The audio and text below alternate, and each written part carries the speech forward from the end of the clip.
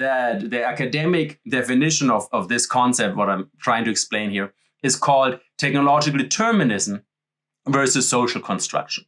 What is this discussion about? Technological determinism versus the social construction of technology. Well, it says that technology itself is not inherently good nor bad. Technology doesn't have a predetermined outcome. So while maybe a few decades ago we would say the internet is a tool for freedom and to foster democracy, well, the oldest vision of the information or knowledge society actually comes from the year 1948 from a fiction author called George Orwell, who in 1948 wrote a novel called 1984, where the big brother is watching you. That's where that comes from. And it was basically an informational dictatorship.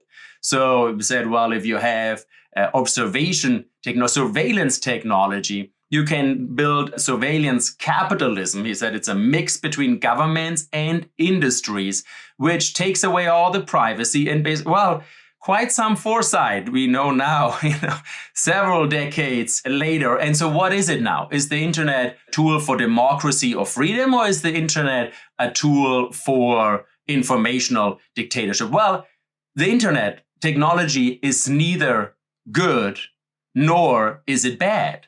Technology does not have a predetermined outcome. Think about a more traditional technology, a hammer.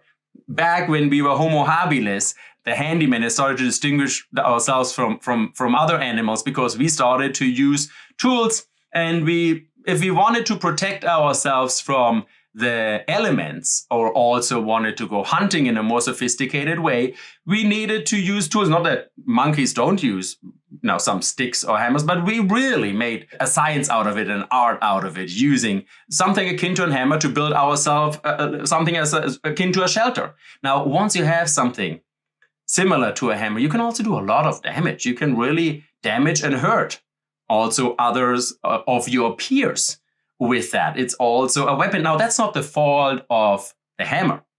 A hammer is just a tool. And the internet is just the internet.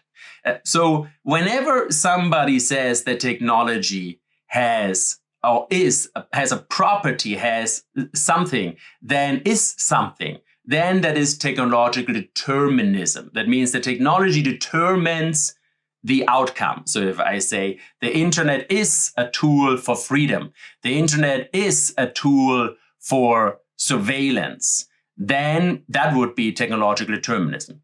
And we need to reject technological determinism because it is not this or that. And if you read the newspaper, it's full of technological determinism. Also out of my mouth, it sometimes comes out. But technology doesn't actually have a property. Technology has agency. So the internet can be used as a tool for democracy and equality.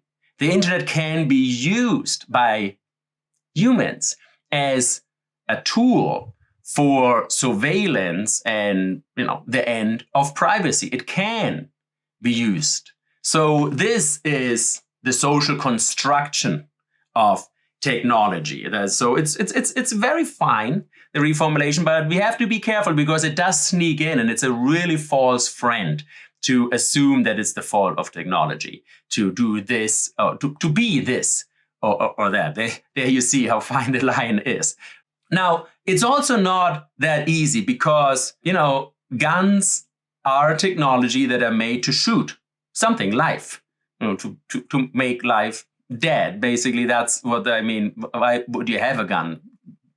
Or bombs are made to blow stuff up, to destroy things. I mean, that's why you have bombs. Now, they can be used for useful things. I mean, if you want to build a road or you want to you have to get over the mountain. I mean, it's useful, but it's still there to destroy things. So that's why they say technology is neither good nor bad, nor is it neutral. Whew, what a headache, right? So it is true that social construction of technology also says that it's not guns that kill things, it's humans that kill things with a gun. So that's also part of the social construction. So, but also the gun is made for, so there's a fine line, but we won't go as deep into that. What is really important to me here is that we humans understand that we have a responsibility in it.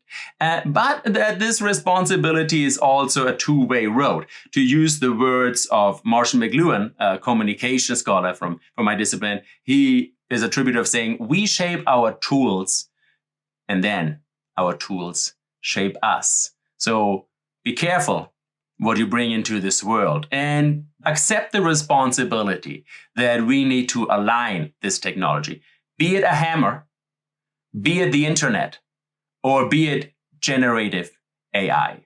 It's the same challenge of social construction of technology.